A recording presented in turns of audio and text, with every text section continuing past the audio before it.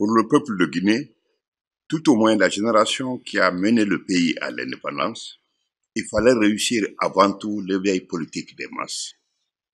En effet, elle avait compris que le peuple est une force endormie qu'il fallait réveiller. D'où sa préoccupation majeure pour l'éveil des mentalités. Après 60 ans de colonisation de la Guinée par les Français, le pays ne comptait que moins de 45 000 élèves pour une population de 2 millions d'habitants, avec un taux de scolarisation de 2%, parmi lesquels une demi-douzaine du niveau universitaire. Il est largement entendu que si un peuple ignorant peut se libérer, il n'en était pas de même pour son développement. Il fallait éduquer la jeunesse et la former pour les tâches complexes du mieux-être. Ne comptant que quelques centaines d'écoles, il fallait parer au plus précis. C'est ainsi que le peuple fut motivé pour construire au plus vite et par investissement humain des hangars dans les agglomérations que l'on a remplacés par des murs au fur et à mesure de l'acquisition et l'accroissement des moyens. Tous ceux qui ont obtenu le certificat d'études primaires furent recrutés comme moniteurs d'enseignement après 3 à 6 mois de stage de formation.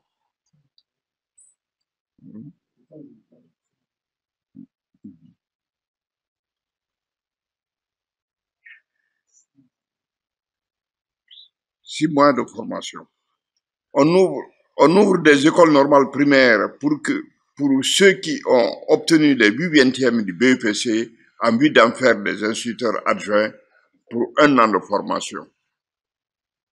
Ensuite, l'ouverture d'une école normale secondaire après la 10e année, c'est-à-dire ceux qui ont obtenu le BEPC pour former des professeurs de collège après 22 mois continus de formation.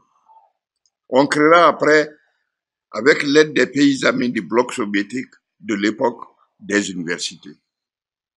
La révolution ne se nourrit pas de vains espoirs, elle se nourrit d'efforts, de sacrifices, de ses propres acquis et de ses victoires sur les mentalités matérielles qu'elle transforme jour après jour. La révolution ne se nourrit pas de vains espoirs, elle se nourrit d'efforts, de sacrifices, de ses propres acquis et de ses victoires sur les réalités matérielles qu'elle transforme jour après jour pour le mieux-être de l'homme et de la société. Le bonheur est un devenir infini, dont l'importance est en rapport avec les capacités du peuple de satisfaire les besoins matériels, sociaux et intellectuels qui s'imposent à l'homme et à la collectivité.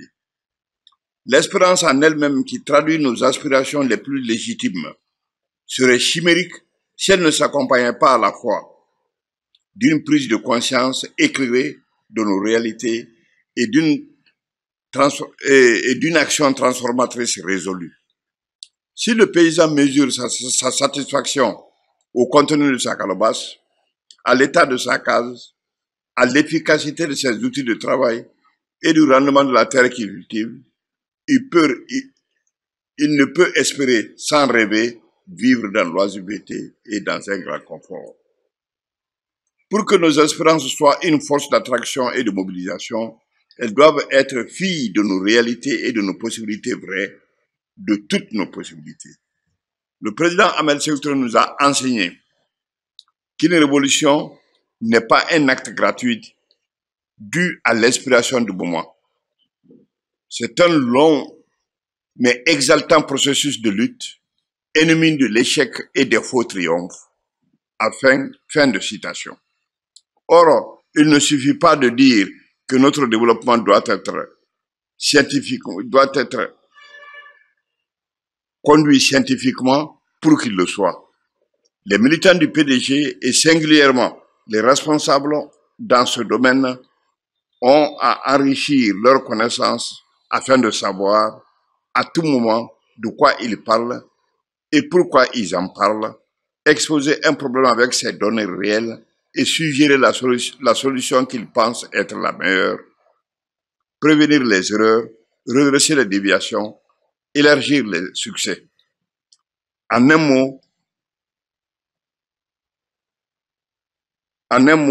des responsables éminents qui traduiront la confiance placée en eux par leur dévouement à la cause du peuple et par leur capacité à conduire efficacement l'action des masses vers le mieux-être. Or, il n'est rien de plus inhumain que la pauvreté, l'ignorance et la maladie.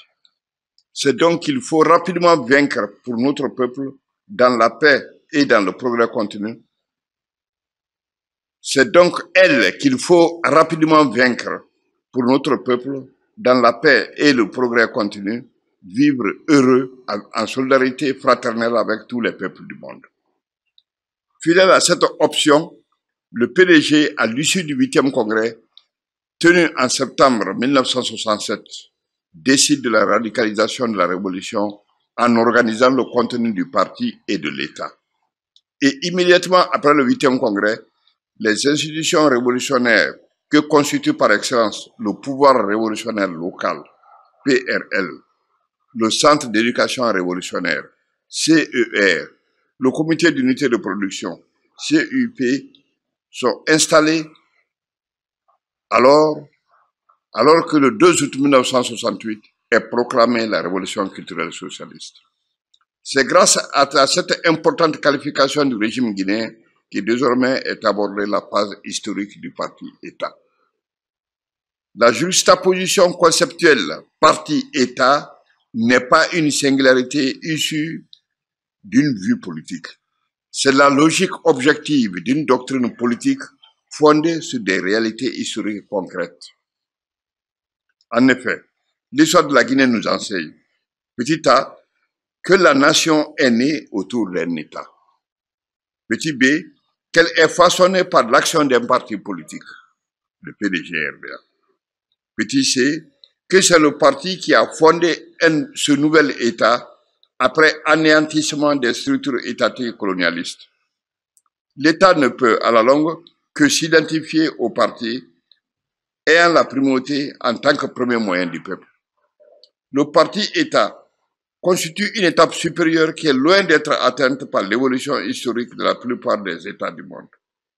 Les idéologues bourgeois, artisans du néolibéralisme, font correspondre l'ordre social avec le silence, c'est-à-dire avec l'état de soumission ou de résignation du peuple. Or, l'ordre véritable ne peut résulter que d'harmonie, d'équilibre interne d'une société. Donc, tout ce qui est contraire aux intérêts, à la dignité et aux droits du peuple est élément de désordre et dans ce cas doit être aboli. C'est la marche incontournable du peuple vers la conquête de l'État, c'est-à-dire l'étape ultime, le peuple-État. Le pouvoir révolutionnaire local, PRL, est un instrument aux mains des masses villageoises pour développer l'agriculture, l'enseignement, la santé publique, l'infrastructure routière, l'habitat, l'élevage sur des bases collectives et progressistes. Essentiellement, ces attributs peuvent se répartir ainsi. 1. Économie. Petit a, détermination des plans de production et réalisation des normes fixées par les instances supérieures. Petit b, organisation, conduite et exécution des plans locaux de production.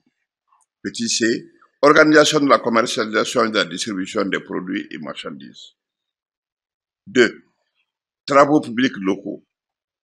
Détermination des plans de petits et moyens travaux ruraux hydro-agricoles de petites envergures, bâtiments, chemins vicinaux, ponceaux, aménagement des champs communaux, entretien et protection des forêts, reboisement, etc.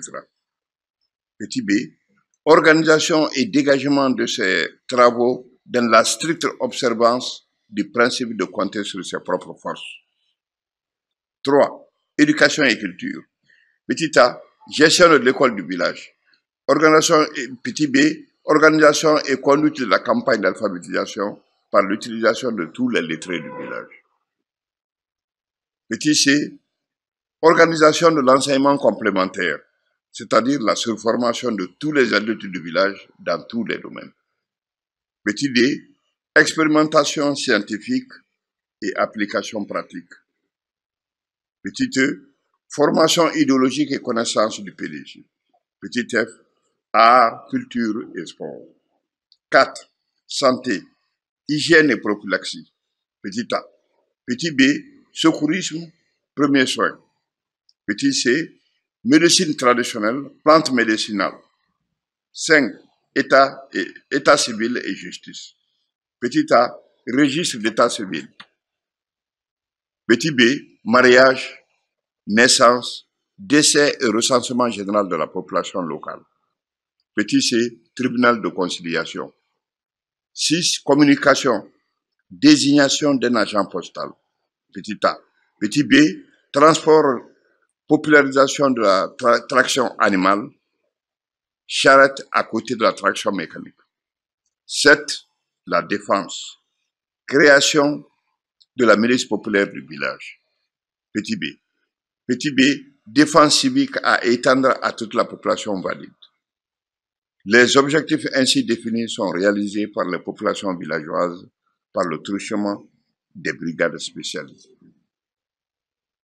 Je vous remercie. Elhadji Mamadou Sanusi Keita du PDG RDR.